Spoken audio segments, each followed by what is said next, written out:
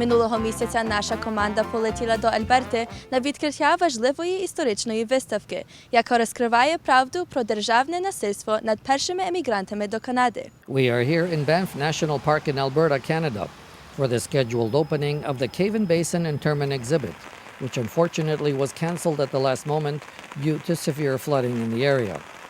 National Parks Canada officials went beyond the normal call of duty and, in spite of the opening's official cancellation, welcomed with a special exhibit preview tour the many visitors and community leaders from all over Canada who somehow managed to overcome weather issues and got to Banff for this important occasion. So welcome under some really interesting circumstances. As you can imagine, with the city of Canmore under a state of emergency, people losing their homes, and various highway road closures, we postponed our exhibit opening. The official ceremony of this historic exhibit was to have been conducted by Canada's Minister of Citizenship, Immigration and Multiculturalism, Jason T. Kenney, seen here 5 years ago in May 2008, presenting a $10 million endowment from the Government of Canada for the creation of an Interment Recognition Fund. Today I am pleased to announce that we are following through on this commitment. The Community Historic Recognition Program and the National Program will support commemorative and educational projects that are both community-based and national in scope. The CHRP will make funding available for communities that were affected by wartime internment measures and immigration restriction measures, communities such as the Ukrainian Canadian community. As part of this program, the Government of Canada has decided to provide $10 million to the Ukrainian Canadian Foundation of Taras Shevchenko. This will establish an endowment to fund projects related to the First World War internment experiences for affected communities, such as Croatian Canadians, Serbian Canadians, Ukrainian Canadians, and others. Subsequently, thanks to the mentioned government grant, the Canadian First World War Interment Recognition Fund was formed and was represented here today by its chair, Ivan Grbezic, who felt the exhibit's location was quite appropriate and properly reflected the historic context. Without commenting on the contents of the exhibit, as you can tell from the building behind me, it is a new structure. The location of the exhibit itself is in a great location, given that just across from where we're standing here, where the actual is the site of the internment camp. And people will see once they get into the exhibit that they will relate to the closeness of that site and the importance of this location.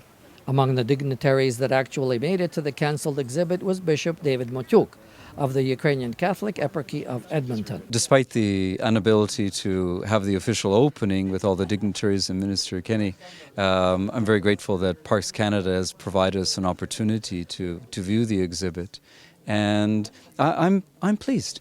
I think that it really tries to tell the story of a dark chapter in the history of Canada and the Europeans, in particular the Ukrainians, and the injustice that was done to them. So I hope that it'll provide some justice where justice was taken from them many years ago. So I hope that many people will come and have an opportunity to visit the exhibit. Parallel to the educational work directed by the Canadian First World War Interment Recognition Fund, the Cave and Basin Interment exhibit in Banff National Park entitled Enemy Aliens, Prisoners of War, Canada's First World War Interment Operations, 1914 to 1920, was designed as a separate project by Parks in Canada to educate Canadian and international visitors about this little-known chapter in Canadian history. You know, for us, our role was to tell the whole story of national internment. There definitely was a component of it here in Banff with the Banff and Castle Camp, but our mandate was to tell the whole story from 1914 to 1920 of all the 24 camps across the country. We definitely knew from our stakeholder meetings and also with focus groups with the public that people know very little about the First World War history, and almost to a person did not know anything about First World War internment, let alone what was happening with the worldwide recession prior to the war breaking out, war happening, and then Canada deciding through the War Measures Act to have internment operations in the country. So we knew that we had to throw that context in there for people to set them up. So we tasked our research group to delve a lot into as much of the primary documentation as we could. And there was a fair amount there. We actually found quite a few internee letters, and we spoke with descendants, interviewed them. And so a lot of that perspective and voice of the internees themselves comes out in the exhibit. But we also brought in the perspective of the other people involved in the internment story. So that's the government officials, the guards, and even what the Canadian public were thinking at this time. So we tried to backdrop the story with a bit of the social, political, economic, and of course the wartime environment that we had there. В додатку до того фонду $10 мільйонів, над яким ми працюємо, Parks Canada від канадського уряду отримали ще $2,5 мільйона, щоб тут поправити ось цей Caven Basin місце і поставити цей пам'ятник і історичний павільйон, щоб розказати про інтернування, бо якраз на цьому місці був один такий великий табір інтернування, і зараз трошки нижче був другий.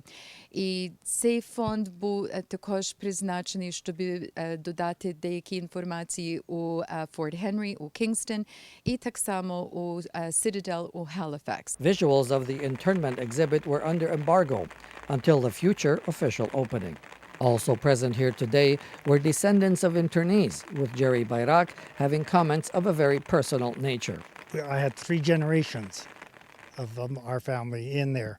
My great-grandmother, Anna Hanchuruk, was in Spirit Lake. My grandfather, Nikolai, and my grandmother, Felicia Hanchuruk, were in the camp.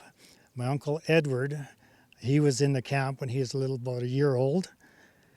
My mother was born at the Spirit Lake camp, and she was baptized there in the little Ruthenian chapel. Mom was, she died about a month after her 92nd birthday. She was the last survivor of all 24 camps across Canada. She was born in Spirit Lake. She died January the 13th, 2008, which was 93 years to the day that the camp opened. But yeah, I get very emotional. I still feel that it's too watered down. It's still making it sound like it was a 2-year retreat or something, which it wasn't. Like I say, Spirit Lake, the inmates or the prisoners cleared 600 acres of land, and then they were left out the gate and left with nothing.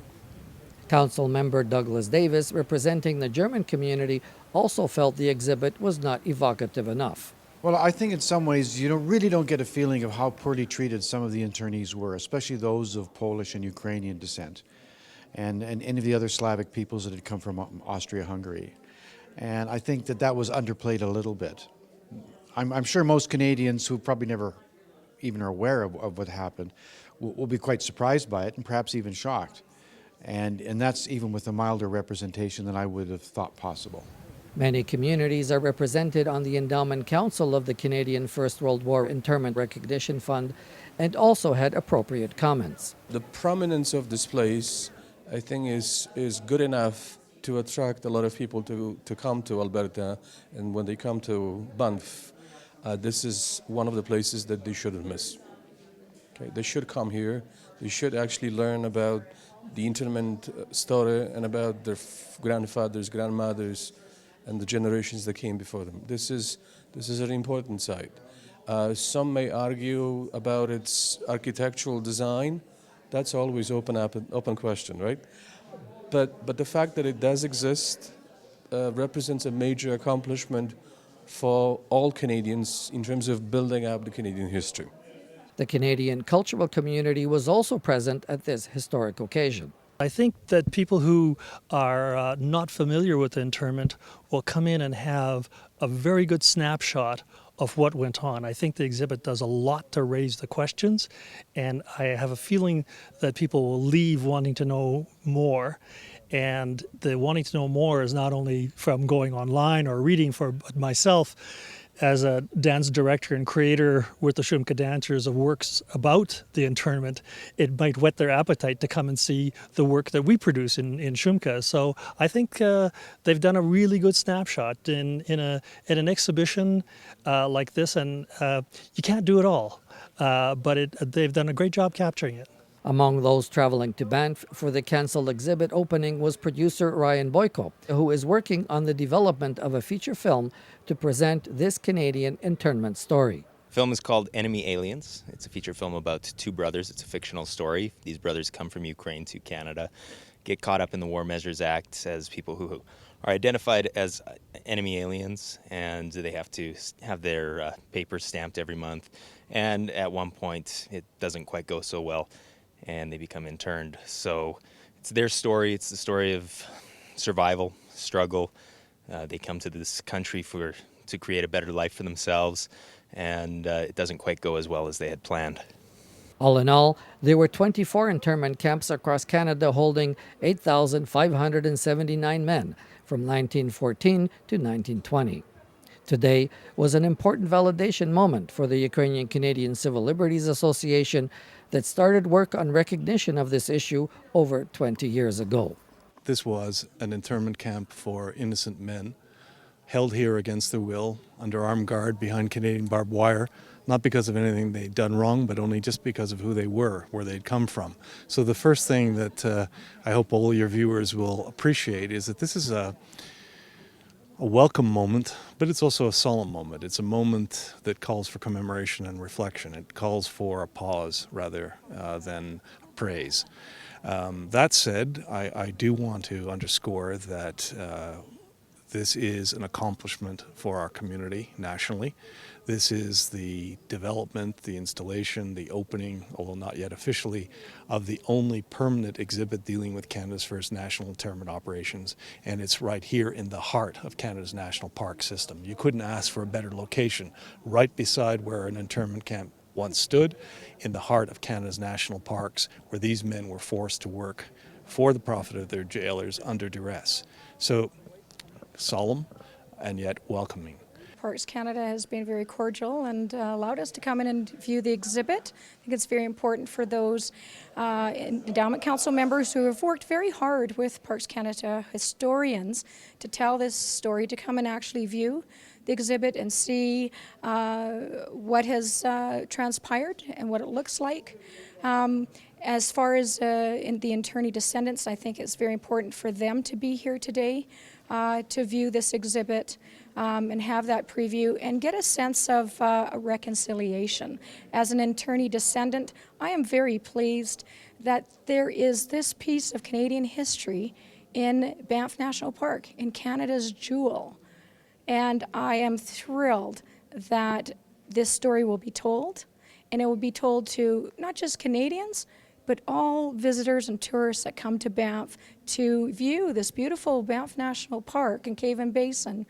But they're going to learn a bit about Canadians' history, what happened to our families, and to understand that we've survived.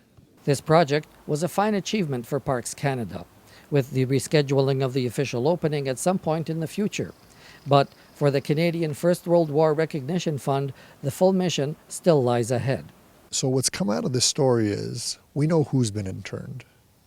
Ukrainians, Croats, Austrians, Hungarians, Poles, Czechs, Slovaks, Montenegrins, Macedonians, and a number of others.